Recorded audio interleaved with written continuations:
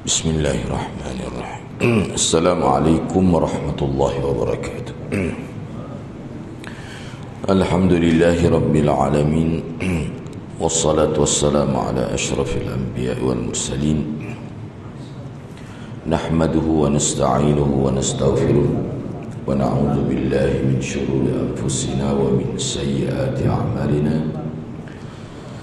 من يهده الله فلا مضل له ومن يضلل فلا هادي له رب اشرح لي صدري ويسر لي أمري واحلل عقدة من لساني يفقهوا قولي أما بعد. Alhamdulillah, bersyukur pada Allah Subhanahu wa taala kerana dapat bersama pada pagi ini. Cuma terlebih dahulu minta maaf kerana suara tak apa clear sikit pada pagi ni. Ada gangguan sikit. Saya pun bangun subuh tadi baru tahu suara tak apa tu.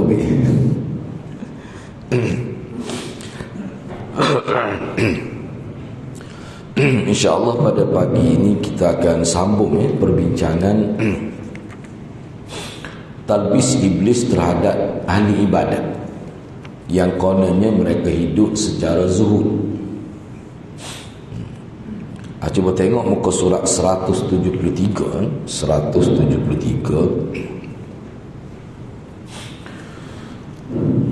bahagian atas itu. Ada manusia yang menerapkan zuhud lahir dan batin, namun dia berbicara kepada teman-teman maupun isterinya tentang tekadnya meninggalkan dunia ini, sehingga mudah baginya bersabar. Sesungguhnya seandainya dia berniat untuk bersikap zuhud dengan ikhlas, nescaya dia makan bersama keluarganya dalam keadaan dia menghilangkan rasa sombong diri dan tidak perlu membicarakan kezuhudan yang sedang dijalani. Maksud perenggan itu, maksud Ibnul Jauzi, seseorang itu kalau dia nak hidup secara zuhud, dia tak kecewa, dia tak ayak kau dia bukti, dia buat dia tak ayak kau dia misalnya dia kata dia nak hidup zuhud, dia nak ubah ke dia, tak payah ayak, buat. Sebab zuhud ni dia berkait dengan amalan, bukan dengan percakapan. Kita buat. Sebab kalau ayak gitu tu dia sudah ada gangguan sebenarnya. Itu yang dimaksudkan di sini. Daud bin Abi Hind radhiyallahu anhu berpuasa selama 20 tahun. 20 tahun berpuasa. Dan selama itu keluarga dia sendiri pun tidak tahu dia berpuasa 20 tahun. Macam mana dia buat tak tahu. Dia tetap membawa makan pada siangnya. Dia pergi ke pasar, lalu dia sedekahkan kepada seseorang dalam perjalanan itu. Jadi orang-orang yang berada di pasar mengira dirinya sudah makan siang hari di rumah, sedangkan keluarga mengira dirinya sudah makan di pasar. Seperti itulah akhlak kaum salaf. Hal ini sebenarnya dari satu sudut, mana dia cuba untuk menyembunyikan kezuhudan dia. Keluarga dia ingat ke dia makan kedai. Bila dia kedai makan tu dia sedekah. Orang kedai dia ingat ke dia makan di rumah. Rupanya dia puasa 20 tahun. Baik, anda nak sebut begini ialah dari satu sudut mana dia menyembunyikan perbuatan baik. Baik, dari sudut yang lain, puasa 20 tahun sekali ini betul ke tidak cara? Itu satu persoalan lain. Pernahkah tidak Nabi SAW puasa setahun ke? Tak ada. Tak pernah. Bahkan mengikut riwayat Aisyah, Nabi puasa penuh di bulan Ramadan saja. Itu pendapat yang kuat. Bulan lain tak. Ni puasa selama 20 tahun. Dari segi sunnah memang tak kena. Sebab Nabi sendiri sebut, Nabi kata puasa terbaik adalah puasa Nabi Daud. Hak tu. Mana kalau kita buat lebih daripada tu, satu kesilapan. Jadi puasa Nabi Daud ni puasa lagu mana? Dia puasa selang sehari. Hari ni puasa, esok tak puasa, lusa puasa, begitulah seterusnya. Jadi Nabi kata hak itulah puasa yang terbaik. Sebab itulah di sini sebelum kita pindah kepada kritikan itu sebagai peringatan, kita nak zuhur ke apa sahaja yang kita nak buat, dia tidak boleh lari daripada pengikutan terhadap Rasulullah. Dia panggil ittiba' sunnah. Dia tak boleh lari daripada itu. Kalau kita lari daripada itu, akan berlaku kesilapan.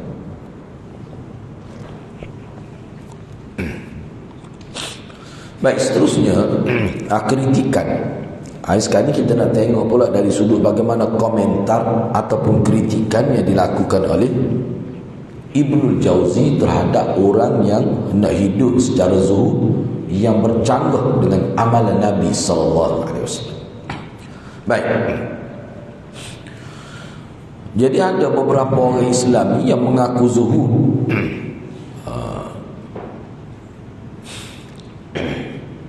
Mendaku zuhud seperti makan asah gitu ya. Makan, bukan tak makan, tapi makan asah. Kalau nasi kat nasi saja. Tidak makan dengan sayur, dengan lauk, pelbagai jenis lauk. Duduk di masjid, tak turun masjid. Duduk beriktikaf. Ataupun dia duduk di kalangan puaka sufi. Atau dia pergi bertapa di kawasan pergunungan. Ada orang Islam buat hijab lagu tu. Kalau tengok dalam internet hadirin-hadirat, kalau tengok dalam internet, ada sesetengah orang Islam zaman kita ni, bukan kata zaman dulu, zaman kita pergi ke gua, kadang-kadang dia duduk bawah rumah dia tutup. Ini dalam video, dia tutup bawah rumah dia biar gelap, dia duduk bawah rumah. Kononnya berzikir, mengasingkan diri daripada masyarakat. Ada buat hijab lagu tu dalam internet. Anda tengok di Malaysia kita, kononnya nak menghampirkan diri kepada Allah melalui zikir secara berterusan. Tak betul gitu. Kita kena ingat kalau kita baca hadis-hadis Nabi dan cara hidup sahabat, berzikir di siang hari dia tidak sama dengan berzikir di malam hari. Kita berzikir di siang hari ini dengan melakukan kerja-kerja. Kita menghasilkan, orang panggil hasil kerja. Itulah zikir di siang hari. Kita pergi ke pejabat, pergi mengajar, perbetulkan niat. Itulah zikir di siang hari. Mana kalau kita sebagai penjawab awam, apa kerja kita sepatutnya kita buat? Kita buat dengan berkualiti. Seperti mana Nabi SAW menyebutkan, Inna Allaha yuhibbu ahadakum idza amila amalan an yutqinah. Sesungguhnya Allah suka seseorang kamu bila dia buat apa saja pekerjaan, dia fikirkan kepada kualiti kerja. Dan dia akan dapat mahabbatullah. Seseorang yang mengkualitikan kerja sehingga menghasilkan kerja yang berkualiti, orang ini dia akan dapat cinta Allah. Itulah zikir di siang hari. Kita kena ingat tu. Lepas tu masa kita kerja, kita boleh kata subhanallah, subhanallah, subhanallahi wa bihamdi, subhanallahil azim. Kita boleh kata itu zikir di siang hari. Zikir di malam hari, kita bangun 1/3 akhir malam, kita solat, kita baca Quran, tu kita berzikir dalam keadaan kita duduk di tikar sajadah kita. Itu cara yang dicontohkan oleh Nabi SAW. Jadi orang tersebut berasa senang hati apabila orang ramai mengetahui bahawa dia mengasingkan diri, menjauhkan diri pada masyarakat. Jadi kadang-kadang ahli seseorang nak zuhud ni, bila dia mengasingkan diri pergi ke kawasan pergunungan, pergi ke dalam gua, dia rasa senang hati. Sebab apa? Sebab orang tahu dia telah beruzlah, dia panggil uzlah, dia telah beruzlah mengasingkan diri pada masyarakat, dia rasa senang hati. Ini bahaya besar ni. Kadang-kadang orang itu berdalih, dia kata dia mengasingkan diri tersebut dengan dia kata begini, saya ni sebenarnya tidak keluar dalam masyarakat, saya pergi dalam hutan, pergi dalam gua. Sebab kalau saya bersama masyarakat ni, saya melihat banyak kemungkaran. Oh, dia kata gitu. Hak ni tak tutup aurat, hak ni ngopak, macam-macam dia kata, telatah manusia. Saya duduk dalam gua sebenarnya, tak nampak siapa-siapa, saya dengan Allah saja. Itu alasannya. Padahal tindakan beruzlah, menyendiri ni, kita terjemah dalam bahasa ni dia panggil beruzlah, yakni menyendiri. Padahal tindakan menyendiri itu dia lakukan dengan pelbagai motif yang subjektif, tidak mutlak ikhlas dia tu. Ada kadang-kadang niat begini, hak ni niat begini, hak ni niat nak susah, hak ni niat nak suruh kata hebat, hak ni macam-macam niat, tak sama. Di antara tujuan setengah orang itu pergi mengasingkan diri di tempat terpencil itu ada 3 sebab. Ada 3 sebab. Yang pertama, setengah orang pergi menyendiri kerana kesombongan diri sendiri dan sikap suka merendahkan orang lain. Hadiah-hadiah zaman kita ni ada siapa peringkat nak hidup dalam hutan, nak jual kereta, jual rumah, nak hidup dalam hutan. Apa? Tak si terlibat dengan maksiat, tak si terlibat dengan riba, tak si terlibat dengan orang ramai yang tidak berusaha untuk mendapat redha Allah, macam-macam dalam kepala. Sehingga setengah-setengah tu ada jual, ada kereta, nak duduk dalam hutan, ada mujurnya tak jadi, kereta juga ada. Siapa suruhan lagi nasihat, siapa gitu sekali, apa tu? Tak sewi terlibat dengan orang panggil dosa, mungkar. Padahal orang buat dosa, dalam kita tak buat, kita tak dosa. Bahkan peluang untuk kita dapat pahala ada. Apa? Kita tunjuk hak baik. Hadirat kena ingat, kita berdakwah ni tidak semesti kita guna lidah. Dia ada satu istilah dalam agama kita, berdakwah dia bilisanil hal. Berdakwah dengan kita tunjuk perkara-perkara baik biar orang tengok, itu dia panggil berdakwah dengan lisanul hal. Kita nak tunjuk sunnah, kita buat sunnah di khalayak, biar orang ramai tengok kebaikan, itu termasuk berdakwah dengan lisanul hal. Kita tazkirah manusia dengan perbuatan kita, bukan dengan lidah. Itu baik. Yang kedua, ada setengah orang mereka pergi beruzlah, menyendiri di tempat sunyi kerana khawatir jika orang-orang lalai dalam memberikan pelayanan atau penghormatan kepadanya. Ini cerita pengalaman Ibn Jauzi. Dia kata kadang-kadang ada manusia pergi menyendiri di tempat sunyi sebab dia ni orang tak layan mana dia, orang tak layan mana, orang tak tahu penghormatan. Jadi sebenarnya dia kecewa, dia menyendiri tu, kononnya dia cuba nampak kepada orang dia sedang beribadat, padahalnya dia malu ke orang, duduk di kalangan khalayak, ada juga penyakit. Boleh jadi kerana dia ni ada banyak sangat kekurangan dan sebagainya. Ada juga gitu. Yang ketiga, ada sesetengah orang menyendiri kerana nak jaga kekuasaan serta kepimpinan atas beberapa orang. Sebab bergaul dengan orang ramai boleh melenyapkan semua kelebihan yang ada pada dirinya. Sementara dia ingin selalu mendapat pujian daripada. Rupanya dia menyendiri itu supaya dia tidak banyak tapi dia khalayak. Ada jenis orang mikir gitu. Bukan kerana untuk ibadat pun tidak. Sengaja tak mau tubik di khalayak ramai tu kerana sebab kepentingan duniawi. Kau orang kata ubik jauh-jauh kan nampak hebat lah. Ni ada jumpa anak hari ni cemuk dah tengok kan tu asal ada ubik tu. Ini ada kadang-kadang dia penyakit jiwa sebenarnya. Penyakit jiwa. Padahalnya tampil di khalayak dengan datang ke masjid 5 kali sehari itu termasuk dalam tuntutan agama. Main kau orang yang pergi kawasan terpencil menyendiri, lagu mana orang panggil pengamalan terhadap syiar agama. Sebab kalau kita perhatikan pengamalan terhadap syiar agama dia berkait dengan masyarakat. Cuba perhati. Pengamalan syiar agama ni dia berkait dengan masyarakat. Tiba-tiba kita mengambil sikap mengasingkan diri.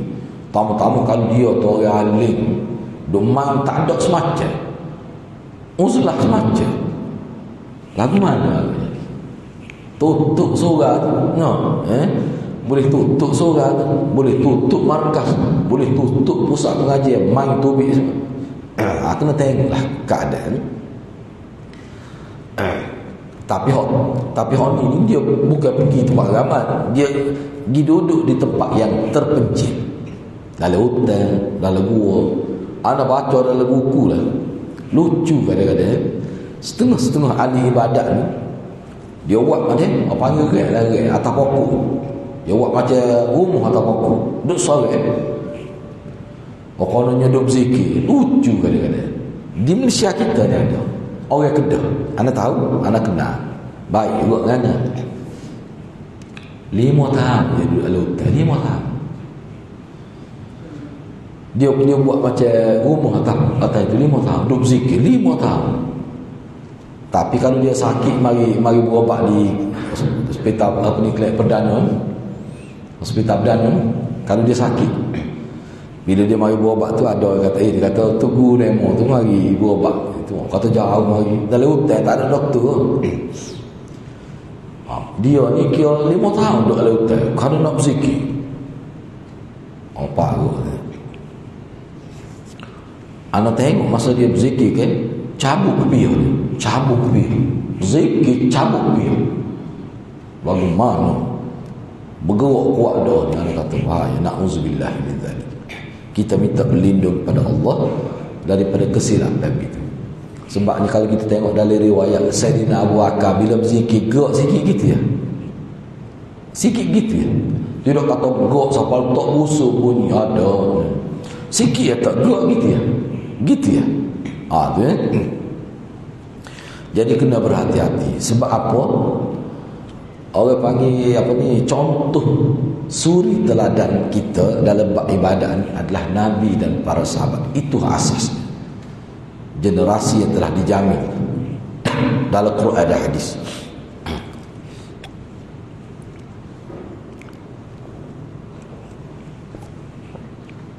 Baik, seterusnya mungkin juga kata Ibn Jauzi, orang-orang yang mengasingkan diri ini maksud dia untuk menutup keaiban, menutup keburukan dan menutup kebodohan diri, supaya orang tak tahu dia bodoh. Boleh jadi agar tidak diketahui oleh masyarakat. Ataupun kadang-kadang orang yang menyendiri ni tak tobik di khalayak sebab dia suka orang mengunjungi dia. Dia tak mahu, dia tidak mahu ziarah orang, dia nak orang ziarah dia. Duduk dalam rumah tak tobik-tobik, semai rumah tak tobik, kononnya duduk zikir dalam bilik. Sebenarnya dia nak suruh orang mari ziarah dia. Berat juga penyakit ni. Tu. Atau boleh jadi kerana dia suka kalau pemerintah kemari jumpa dia. Dia ni orang hebat. Pemimpin kata, wah, tak ada napa tak ayah ni. Maka orang kemari pergi rumah dia, pergi jumpa dia. Dia nak gitu. Tu kadang-kadang uzlah. Ni kih-kih yang mana orang beruzlah di rumah sendiri. Tidak pergi lautan, rumah sendiri. Ada gitu. Macam-macam macam-macam. Kalau kita baca dalam kitab-kitab sufi, misalnya ada dia cerita tunggu dia 40 tahun tak tobik dalam bilik. 40 tahun duduk dalam bilik rumah dia. dia tak sentuh isteri dia 40 tahun. Ada disebut dalam kitab. Anak murid dia kata hebat tubuh dia. Dua ada bilik. Bini dia dua ada bilik lain dalam rumah yang sama. Oh, parah tu fikir dia. Bagi anak tu dia panggil perbuatan yang sudah secara langsung menyalahi sunnah. Tak betul. Seraya aku mana tak betul lah tu. Sebab kita tengok dalam hadis Nabi ketika 10 akhir Ramadan, ketika dia beriktikaf, dia tu pergi jumpa isteri dia, tanya khabar makan ni ada ke tak. Maklum Nabi jaga kepentingan keluarga dia walaupun ketika sedang beriktikaf pada 10 akhir Ramadan. Itu tanggungjawab. Jadi orang lagu ni kononnya nak mendekatkan diri dengan Tuhan, siapa tinggal tanggungjawab terhadap keluarga. Tak itu. Salah besar tu dari sudut agama. Baik. Kadang-kadang orang begini sengaja dia tidak keluar di khalayak sebab dia nak orang duduk berkumpul depan pintu rumah dia. Lepas tu orang pakat mari siung tangan dia kan, orang pergi. Tengok dalam internet ada lah. Orang pergi rumah dia buka pintu, dia orang tangan, orang pesan lah. Apa? Nak ambil berkat tangan tu wali. Anda malah guna bahasa kasar. Kalau dalam kitab ulama kata tu wali syaitan. Berangan lagu tu bukan waliullah, tapi itu walius syaitan. Apa tu? Sebab perbuatan dia menyebabkan orang nampak agama ni berbeza dengan apa yang diajar di Nabi. Memang itulah fungsi syaitan. Nampak seperti agama tetapi tak serupa dengan Nabi buat. Tu syaitan tu. Bahaya dia tu. Zahirnya nampak macam mengamalkan agama tetapi tak serupa dengan Nabi buat. Sedangkan dalam agama kita, kenapa kita belajar hadis? Kita nak menyelaraskan ibadat kita biar serupa dengan ibadat yang didakukan oleh Nabi SAW. Jadi syaitan berusaha supaya kita tidak buat begitu. Baik, seterusnya dengan mengasingkan diri, ia dimaklumi ketika tidak menjenguk orang sakit dan tidak mengurus jenazah. Ketika dia beruzlah, dia mengasingkan diri, orang cerita kepada dia, ada orang sakit tu, tak segi ziarah kau, ada berlaku kematian, tak segi terlibat ke dalam pengurusan jenazah tu. Kemudian anak-anak murid dia kata, anak-anak murid tu guru sufi lah. Oh, dia kata maaf lah, Tok Syekh kita tu memang seperti biasa dia mengasihkan diri, dia tak ada nak pergi ziarah, dia tak ada nak pergi urus jenazah, mayat-mayat pun tak pergi. Apa? Sebab dia sibuk untuk beribadat kepada Allah. Anak-anak murid akan cerita gitu. Boleh kalau insya-Allah lah, mungkin tahun depan baru tok guru kita tobik daripada gua tu. Tahun depan tok guru kita akan tobik daripada bilik dia. Ni biasa tu lah kalau kita baca kitab biasa. Dia pesan ke bini dia misalnya, dia witarikh, misalnya tahun depan bulan Ramadan baru saya keluar daripada bilik. Jadi bini Allah nasi ku celah itu gitu. Ada satu begitu sekali. Kita tengok ahli-ahli ibadat. Kadang-kadang dia buat kecil untuk soda makan ni dalam bilik. Dia tak tobik, tak kecek dengan orang. Kadang-kadang puan-puan ni dia berbangga dia tak kecek dengan manusia. Setahun, 5 tahun dia hanya bercakap dengan Allah. Bagus dia main orang ni. Kita rasa pelik lah, tapi bagi buat dia ini suatu kebanggaan. Dan inilah cara hidup untuk mendekatkan diri kepada Allah pada sangkaan mereka. Na'udzubillah min zalik. Baik.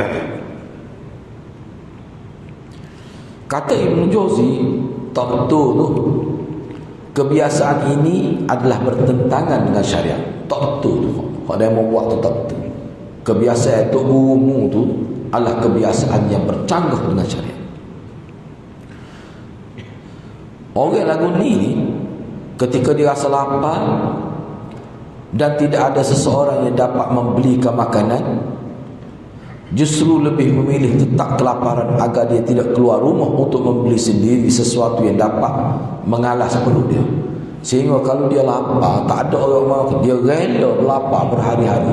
Anda baca dalam kitab siapa pesek, dia sanggup lagi lepuh beleping. Apa?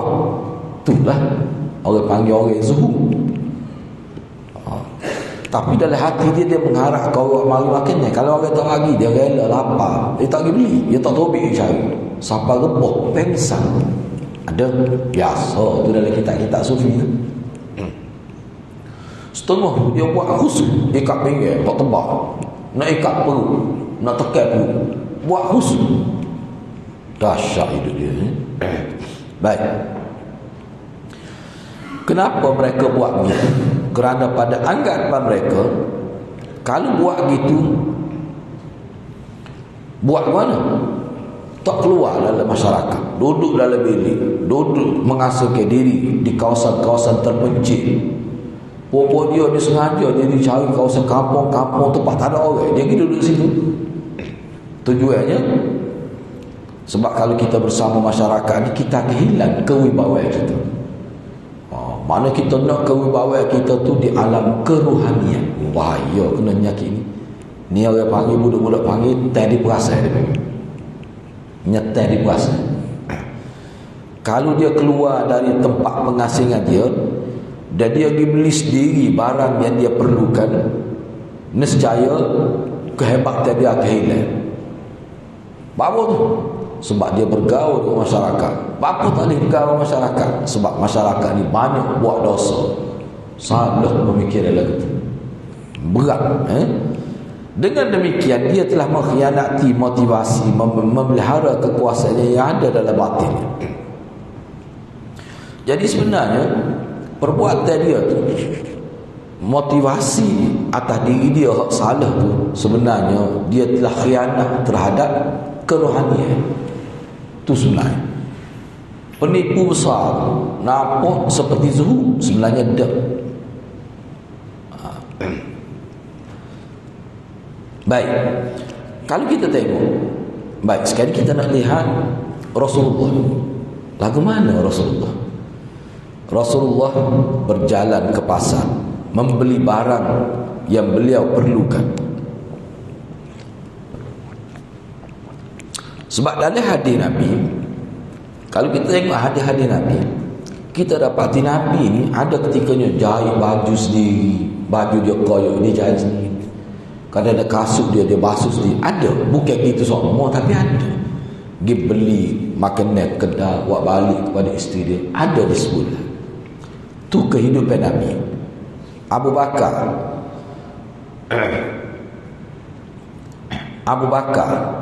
maknanya apa ni, letak pakaian atas bawah dia. Kalau kita kat pergi jemur kain sendiri lah, pergi jemur kain sendiri, makna urus sendiri pakaian dia. Lepas tu melaksanakan transaksi urusan muamalah jual beli dengan orang, dia sendiri dia buat. Maknanya Nabi dan manusia terbaik selepas Nabi Sayyidina Bakar, mereka ni berurusan dengan masyarakat.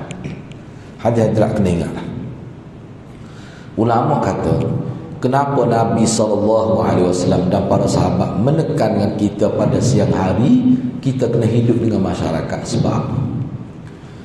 Pertama sekali, yang sebab yang paling besar, sebenarnya bila kita berada dalam masyarakat ni, kita dapat dua kelebihan. Apa dia? Hablum minallah wa hablum minan nas. Satu dua perkara. Kita dapat berhubung dengan Allah dan juga kita dapat berhubung dengan manusia. Dua ni berlaku serentak. Bagaimana berhubung dengan Allah? Kita jaga percakapan, jumpa orang assalamualaikum, dan kita tidak melakukan perkara-perkara mengumpat. Cuba bayangkan, popok dia ni, anda baca dalam kitab popok sufi ni kena ingatlah, anda sebut ni popok sufi atau betul. Hak betul tu ramai juga. Dia berbangga dia tidak mengumpat sebab dia duduk dalam gua. Memang dah duduk dalam gua, dah mengumpat kau dia je. Menguduk sore-sore. Dia duduk dalam rumah dia tidak mengumpat, dia tidak fitnah. Dia rasa bangga. Menguduk sore, orang panggil gila kalau kecek sore. Hak besarnya kita duduk dalam orang ramai tak mengumpat, hak tu boleh pahala ya. Kita duduk ramai-ramai, duduk bergaul dengan orang itu, bergaul ni. Maknanya kita boleh mengumpat sebab kita bersaing. Tiba-tiba kita tak mengumpat, baru boleh pahala. Oh, kita Allah hari ni tak mengumpat apa, tidur seteri sehari. Ada gitu. Dia bangga dia tidak mengumpat sebab dia tidur sehari hari ni. Tak boleh pahala lah tu. Mereka tidur, orang mengumpat pun tak mengumpat masa tidur. Kecuali orang kecek masa tidur tu lain cerita. Waktu pun tak panggil mengumpat. Kalau hati-hati nak baca kitab Muhammadiyah, kita dia mikir Allah jauhnya daripada kehidupan Rasulullah SAW. Teruk sangat pokok dia, cara dia mikir. Baik, cuba tengok Abdullah bin Hanzalah menceritakan. Abdullah bin Hanzalah mencerita, minta maaf ni anak tak sebab nak ambil bayi data dia ni. Bayi data dia ni secara lengkap lah. Jadi Abdullah bin Hanzalah kata, dia kata suatu hari Abdullah bin Salam, ni sahabat kan, Abdullah bin Salam,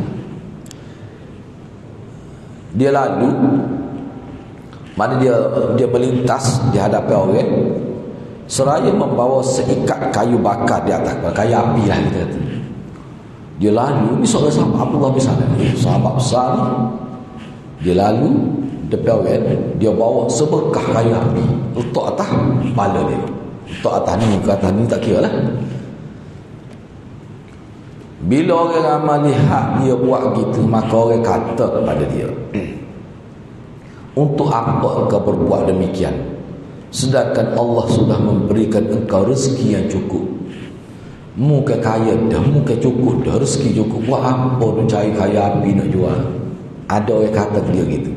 Ni Abdullah bin Salam, seorang sahabat. Jawab Abdullah, dia kata, dengan buat gini aku berharap boleh menepis sifat sombong dari dalam hati, kerana aku pernah mendengar Rasulullah SAW bersabda, tidak akan masuk syurga seseorang yang di dalam hatinya terdapat sombong walaupun sebesar biji sawi. Jadi dia ni orang hebat, tokoh sahabat, tiba-tiba pergi cari kayu api dalam hutan jual. Kalau kita nak ambil dalam bahasa kita lah ni kan, CEO kita kata hari Jumaat kerja bahasa kereta kawas pilih kat dah. Nak kata pergi jual itu takut berat dah.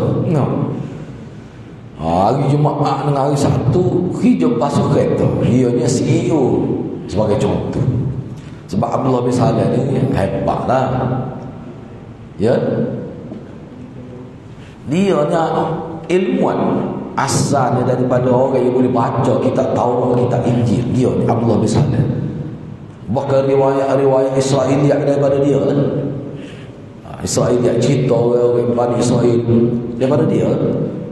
Dia cerita, dia bukan nak ayat betul, tapi orang riwayat daripada dia tanpa membuat penjelasan dia, sebab dia ni seorang sahabat yang alim bukan dalam Islam saja, dalam agama Yahudi pun dia alim. Abdullah bin Salam seorang yang hebat. Tiba-tiba pikul kayu api jual. Berat juga. Kalau anak pikul tak apa, kalau Datuk Asri pikul kayu api lepas ni nak kejut sari, mana Datuk kerja lagi. Tiba-tiba nampak dia nyapu depan masjid. Sahabat Nabi dia buat gitu bagus, nak buat sifat sombong. Tu contoh sahabat. Maknanya dia hidup dalam masyarakat. Anak pernah lihat saja ya, kita sebenarnya anak pernah masa anak ngaji dulu, kita malah minta duit dengan ibu bapa. Anak pergi jual kades boleh juga, pergi jual kain di pasar malam. Beberapa orang lah, kalau mengaji lah aku ni, kita pergi jual kain, boleh minta duit dengan ayah malu, umur 20 lebih. Masa tu kita pun terlibat dengan kuliah. Pergi jual baca, kira-kira tak ada orang kenal, nyada orang kenal, dia mari beli kain. Baru muka malu. Orang kata, ustaz jual kain. Kata jual tengah malam. Kata siari tak jual.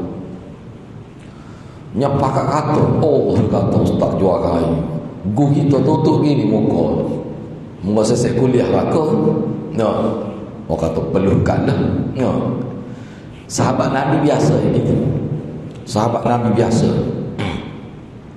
Sayyidina Abu Bakar, kalau kita baca sejarah dia, bulan pertama dia jadi kita kata khalifah tu, nego lagi, dijual kain lagi dalam riwayat.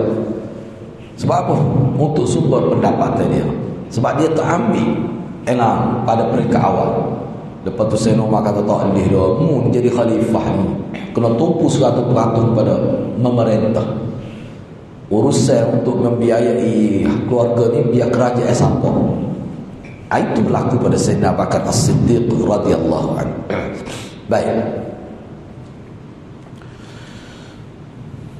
Penulis berkata, penulis mana? Ibnul Jauzi lah. Ibnul Jauzi kata, keluar rumah untuk membeli sesuatu keperluan pribadi atau melakukan sesuatu kerja lah, atau melakukan hal sendiri yang dinilai memalukan.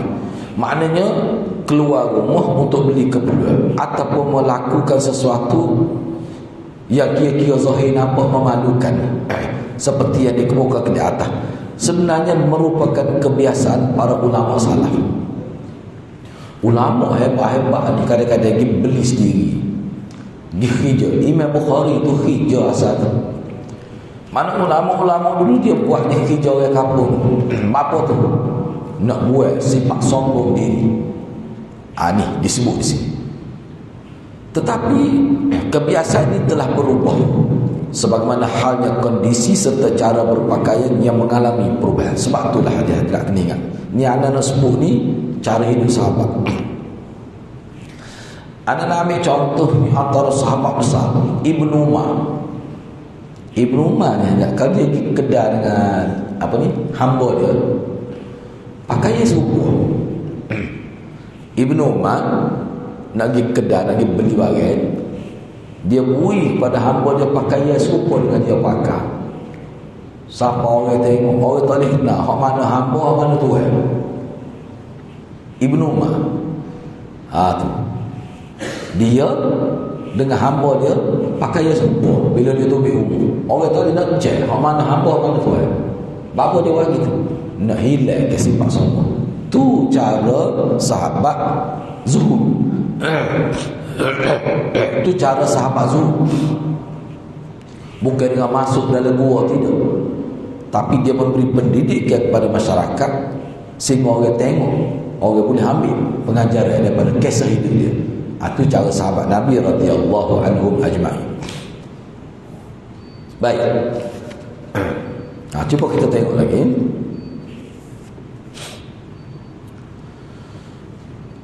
Maka daripada itu, kata Ibnu Jauzi, aku merasa seseorang yang tidak perlu keluar rumah untuk membeli barang yang diperlukan.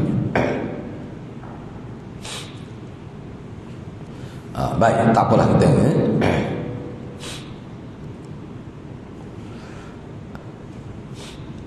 ni dia sebut tadi, keadaan masyarakat telah rosak. Kalau keadaan masyarakat tu telah rosak, sebab gini, ni yang saja nak sebut kena. Ada dalam kitab kita dapati ulama lari pergi ke kedai, kan? Ulama lari pergi ke pasar. Masa anak ngaji dulu, tu tahu tu pergi pasar. Kalau nak pergi kiri, wakil sebab apa? Sebab pasar ni macam-macam ada. Hak tidak menutup arah, kecek kasar. Maknanya banyak kehidupan manusia di pasar ni yang bercanggah dengan syariat, banyak berlaku. Sebab tu ulama kalau duk mengaji, duk ngapa kedai, dia tak kenal banyak sangat keluar ke pasar, pasar raya dan sebagainya. Ada apa gitu? Sebab masyarakat sudah fasad. Masyarakat pada waktu itu sudah tidak amal agama. Baik. Kalau keadaan macam tu, barulah kita boleh buat perubahan tadi kita. Misalnya sini, kata Ibnu Jauzi, Aku rasa kalau keadaan masyarakat sudah berubah dari segi pakaian pun tidak menutup orang. Iloni gitu. Orang Tino ni dia kecek. Kita pun mana. Tak sekira lah orang Tino jual obat gagah. Obat apa? Dia obat gagah. Viagra. Allah Viagra. Dia kecek bahasa dia terus. Kita orang jantan tak kecek lagi tu. Anak-anak sebut tadi dalam masjid ni malu ke orang. Takut tu Allah dah asyik ada. Dengar pakai tudung tua dah kau itu. Umur 40-50 kecek bagai. Kita jantan. Kalau nak jual jenis biasa obat yang merasa set ni, tak perlu duk sebut tu lagu tu. Tak perlu. Orang Tino hak muda hak tua lagu tu lagu. Tak kalau pergi kedai dia kecek kiah pada set saja. Itulah yang dimaksudkan oleh Ibn Jauzi. Kalau keadaan masyarakat sudah gitu, saya akan kata gitu. Orang-orang soleh, orang alim tak perlu dah keluar rumah nak beli barang. Kalau masyarakat lagu tu, apa? Takut rosak hidup itu. Bila masyarakat rosak, tu. Orang ni mana cerita lah kalau nak bincangnya. Lepas tu kalau orang alim tak tubik, siapa dia nak beki orang kampung, nak beki masyarakat timur masalah. Dan ayatnya kalau kita nak jaga hati, kalau dalam keadaan masyarakat begitu, adalah kewajaran tidak keluar. Spoiler ni misalnya, kalau kita pergi ke pasar-pasar, kalau di Kelantan, kalau luar Kelantan, di bandar-bandar, kita kata bandaraya besar, lagi dah tu. Kadang-kadang pakaian, Nabi kata salah satu tanda kiamat manusia berpakaian tetapi seperti telanjang. Itu Nabi sebut adalah hadis. Salah satu alamat kiamat, mana orang Islam kita pakai pakaian tapi semua telanjang. Ketak tu gak nipih, ketak pakai kain tudung, tapi dia pakai baju adik dia. Pakai baju adik dia. Pakai luar adik dia, ketak lemak, bau nakal. Tu bukan menutup aurat. Jadi keadaan itu dia boleh berubah. Jadi kalau keadaan lagu tu, kita kata wajar lah. Kalau ulama tak keluar ke pasar tu suruh lagi, bagus. Sebab dia boleh menjatuhkan maruah ulama. Itu kita faham tu. Kalau keadaan sampai tahap itu, baik. Sebabnya pekerjaan seperti ini dapat menghapuskan cahaya ilmu dan menimbulkan kesan negatif di hadapan atau bagi orang-orang jahil yang sangat minima kefahaman agama. Sedangkan menjaga cahaya ilmu dan kehormatan pribadi seorang alim adalah perkara yang dianjurkan. Misalnya, anda ambil contoh mudah. Seorang mufti dengan pakaian dia. Kadang-kadang kalau nak pergi Kedah, kita kata dah, yang mana Kedah ni masyarakat sudah rosak. Perempuan tak tutup aurat, perempuan pun kecek pun perkara seks saja. Bila kalau mufti pergi Kedah lagu-lagu tu dah, dia akan menjatuhkan maruah mufti. Apa? Dari sudut mana? Kita boleh pasti ke tidak orang duk Kedah tu hormat pada mufti. Kadang-kadang nyewa goa ke mufti, malu kawan. Tu peti mari pak kita kita ni pusing ke lagi nyak kecek lagi tu lepek tu peti.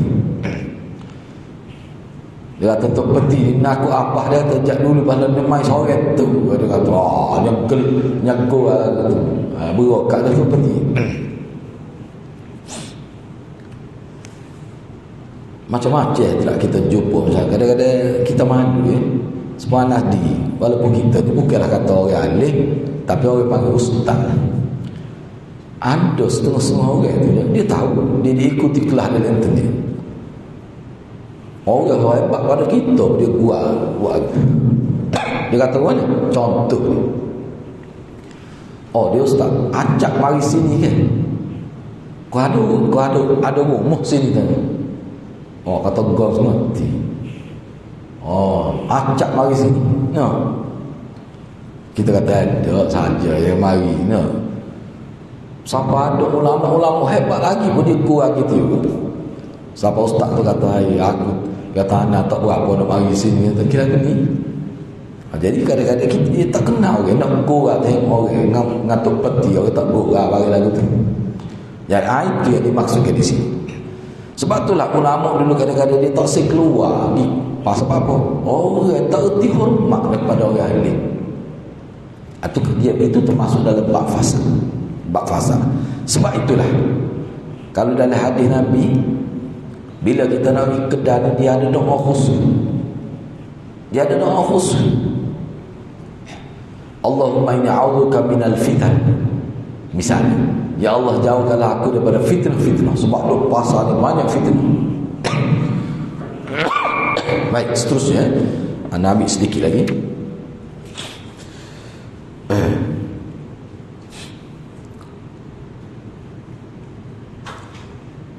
Menjaga hati masyarakat agar tetap hormat pada orang alim dalam kes seperti ini memang biasa mengarah ke si alim pada perbuatan riya. Baik. Jadi ini satu isu pula sini. Jadi menjaga hati mereka agar tetap hormat pada orang alim dalam kes seperti ini boleh mengarahkan si alim pada perbuatan riya. Dari satu sudut lain,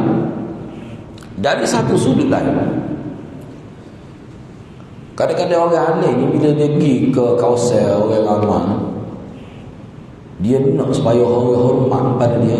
Mari pula perasaan ria, perasaan sebab dia pergi tengah-tengah masyarakat dengan jubah dia, dengan serban dia, oh hebat. Dia mari orang pengen dia belaka dah. Tu ada pula masalah sini.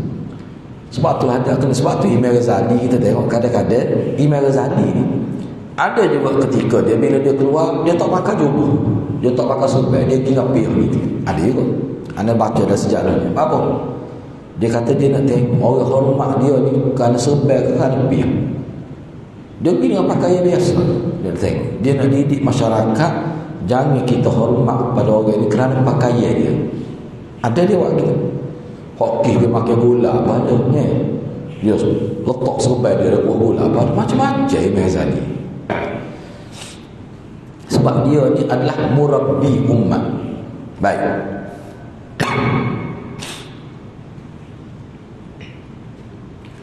Tetapi kena ingatlah,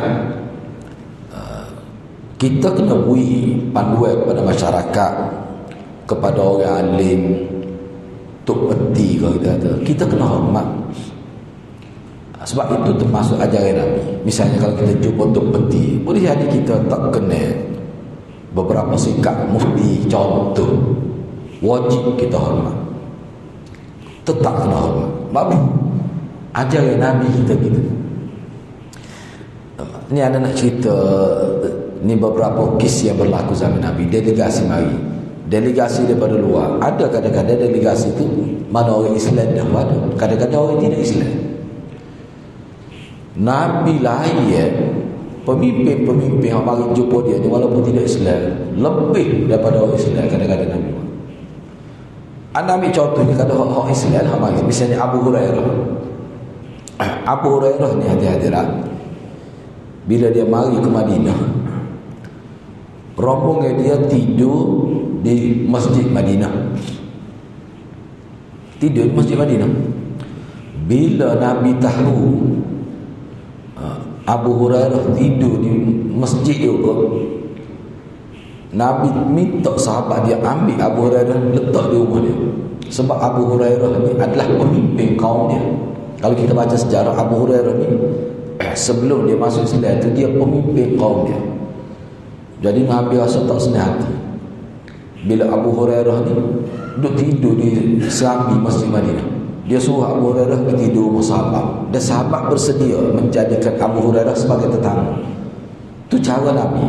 Walaupun Abu Hurairah dia tak sih, dia nak tidur di masjid itu. Sebab tu dia tersenara sebagai ahli suffah. Abu Hurairah ni, kalau saya nak sebutnya, menghormati pemimpin adalah ajaran Nabi kita.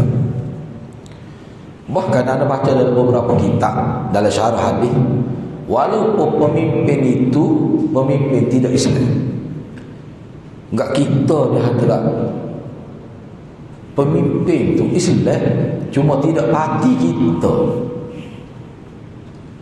Patut kita nak buat lagu, sama Islam, kena tetap, kena hormat. tetap kita kena mulia ke dia. Walaupun kita tak belakangi setahu mana. Tu orang panggil sunnah Nabi. Sebab apa? Kita tidak anggap dia pemimpin, tetapi dia pemimpin bagi penyokong dia. Kena hormat. Memang tinggi ajaran Islam kita. Memang kita tak belakangi sebab dia parti lain.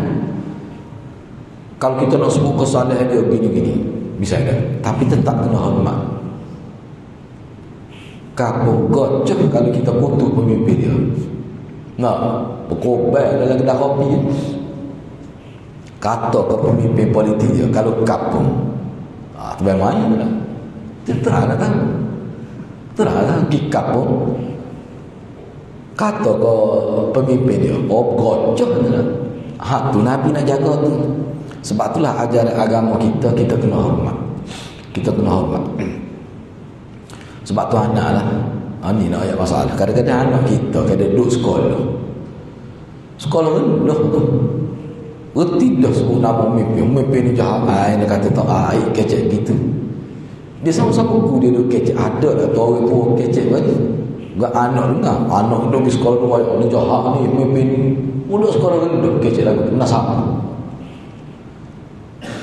Enggak dia duduk cerita rumah. Kata tak boleh gitu. Tak boleh. Walaupun dia ada kelemahan, kebaikan dia banyak, tak boleh pemimpin ni kita kena hormat. Walaupun dia pemimpin kena hormat. Itu adalah. Jadi bagi anak, kalau kita nak kritik, biar kritik tu tepat. Kita kritik tu kena dengan bahasa yang baik. Orang boleh tumpah kritikan kita. Kadang-kadang kalau kita kritik dengan cara baik, orang boleh ilmu. Orang boleh ilmu. Betul. Bagus. Kita pun tak fikir lagu tu. Itu kebaikan dia. Jadi kalau kita perhatikan ajaran agama kita ni, memang cukup seni lah. Cukup seni. Baik, seterusnya anak ambil kisah lagi. Baik.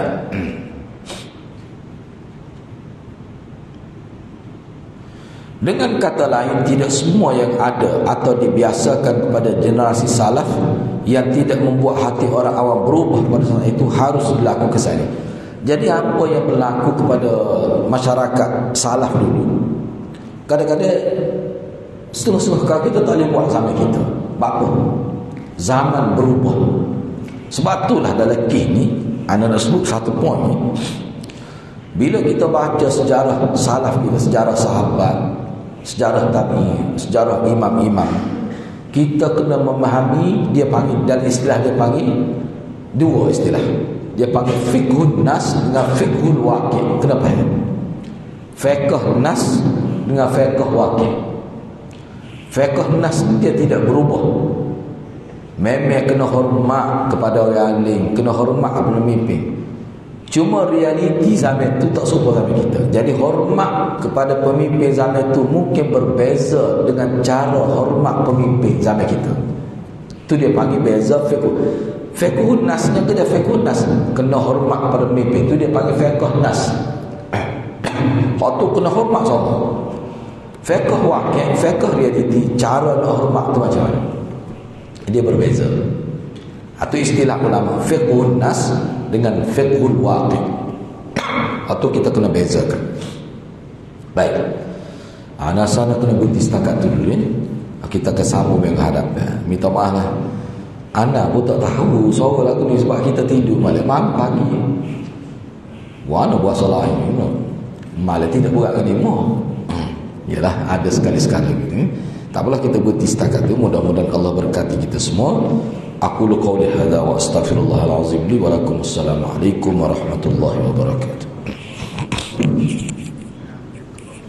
Assalamualaikum.